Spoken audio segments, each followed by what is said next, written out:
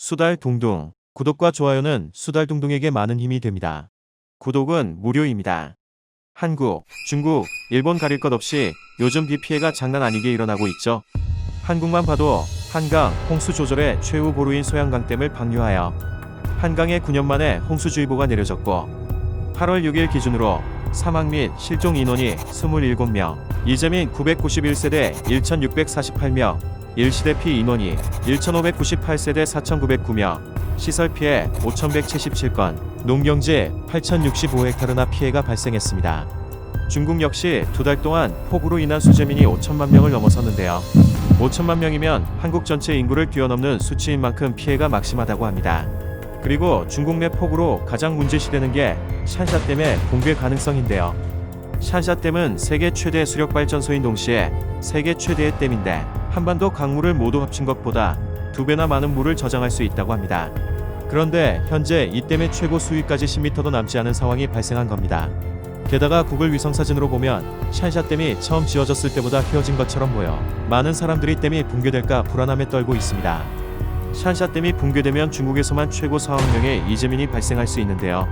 문제는 이게 중국에서만 피해가 끝나는 것이 아니라 양쯔강 강물이 바다에 섞이게 되면 제주도 해양생물이 저염분수로 인해 모두 폐사하게 된다고 합니다. 게다가 해양생물만 피해를 받는 게 아닙니다. 양쯔강 하류인 상하이 지역에 있는 원자력 발전소만 무려 9기나 되는데 샨샤댐이 붕괴되면 원자력 발전소도 같이 붕괴되면서 3일 안에 우리나라의 방사능이 유입되어 한반도 전체가 방사능으로 오염된다고 합니다. 엄청난 재앙이죠. 일본은 어떨까요? 중국 사례를 먼저 보여드려서 일본 피해 사례가 별거 아닌 것처럼 느껴질 수 있는데요. 일본도 규슈 일대에 2주 넘게 장마가 계속되고 기록적인 폭우가 쏟아져서 강범람과 산사태로 인해 600여 채의 집이 파괴되고 5,700여 채가 침수되는 등 1,408명의 주민이 대피소에서 생활하고 있는 상황이라고 합니다. 이 와중에 수해 피해 지역의 열악한 위생 환경 때문에 코로나 확진자가 한 달 새 49명에서 243명으로 5배나 늘었다고 하네요. 여기서 끝이 아닙니다.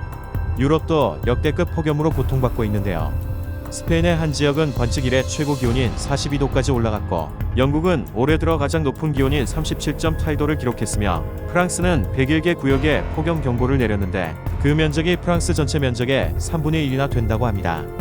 이탈리아도 14개 도시에 폭염 비상경보가 내려졌고요.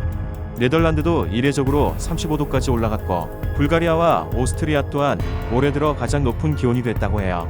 더욱 황당한 건 추운 날씨의 대명사라고 불리는 러시아의 시베리아가 8만 년 만에 고온 현상이 발생했는데 지난 6월 20일에는 무려 38도를 기록했다고 합니다. 유럽을 지나 중동도 난리인데요.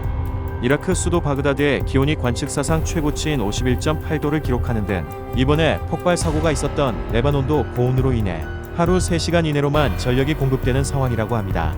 이번 폭발 사고의 원인이 이것 때문이라는 얘기도 있을 만큼 전 세계가 이상기후로 난리가 났습니다. 지금까지 전 세계의 이상기후를 살펴봤는데요. 왜 이렇게 지구가 난리가 났는지 그 원인을 생각해보지 않을 수가 없습니다. 관련 전문가들은 이런 이상기후의 원인으로 지구온난화를 지목했는데요. 사실 많은 사람들이 지구온난화에 대한 얘기는 몇십 년 전부터 계속 들어왔었지만 피부에 바로와 닿는 얘기가 아니었기 때문에 알게 모르게 계속 무시해왔던 게 사실입니다. 하지만 그동안 지구는 소리 없는 비명을 질러왔던 것이고 이젠 견딜 수 없는 지경에 이르자 온갖 이상기후와 자연재해로 발산하게 된 것이죠. 이제는 더 이상 지구의 비명을 무시할 수 없는 지경에 이르렀습니다. 인간이 무언가 조치를 취하지 않으면 이런 자연재해는 계속될 것이고 어느 순간 더 이상 인간이 지구에 종속할 수 없는 지경에 이르게 될 겁니다. 그럼 당장 할 수 있는 일이 무엇이 있을까요? 이미 알만한 기업들은 탄소 배출 감소를 위해 움직이고 있지만 우리가 개인으로서 할 수 있는 일은 무엇이 있을까요? 사실 초등학생들은 학교에서 교육이라도 받지만 다 큰 성인은 교육받는 곳도 없기 때문에 바로 떠올리기 어려운데요. 말할 수 있더라도 플라스틱 사용을 줄이자, 일회용품 사용을 줄이자, 대중교통을 이용하자 등 이 정도 수준이죠. 그래서 오늘 저 수달둥둥은 모두가 할 수 있고 탄소 배출을 줄이는데 매우 효과적인 방법을 여러분께 알려드리려고 합니다. 바로 다크 데이터를 없애는 방법인데요. 다크 데이터란 IT 용어로 삭제되지 않고 방치되어 있어 저장 공간만 차지하고 있는 인터넷상의 데이터를 말합니다. 가장 쉬운 예로 우리 메일함에 쌓여있는 스팸 메일이나 더 이상 필요 없지만 지우지 않고 있는 메일들을 들 수 있습니다. 인터넷상에서 메일이 송신되고 저장되는 과정에서 네트워크와 데이터 센터의 클라우드가 일을 하면서 전기를 사용하게 되는데요. 여기서 잠깐, 인터넷이 전기로 작동된다는 사실에 놀라는 분들이 계시는데, 인터넷이 눈에 안 보인다고 해서 아무것도 없이 혼자 움직일 수 있는 게 아니랍니다. 아무튼 우리가 사용하는 전기는 발전소에서 화석 연료를 태워 얻은 열로 만들어지잖아요.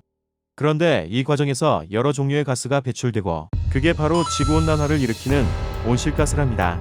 우리가 스팸 메일 혹은 더 이상 필요 없는 메일을 지우지 않았다는 이유 하나만으로도 온실가스는 쉬지 않고 계속 발생시키고 있는 겁니다. 인터넷을 사용하고 있는 사람들 모두 온실가스 배출에서 자유로울 수 없는 거죠.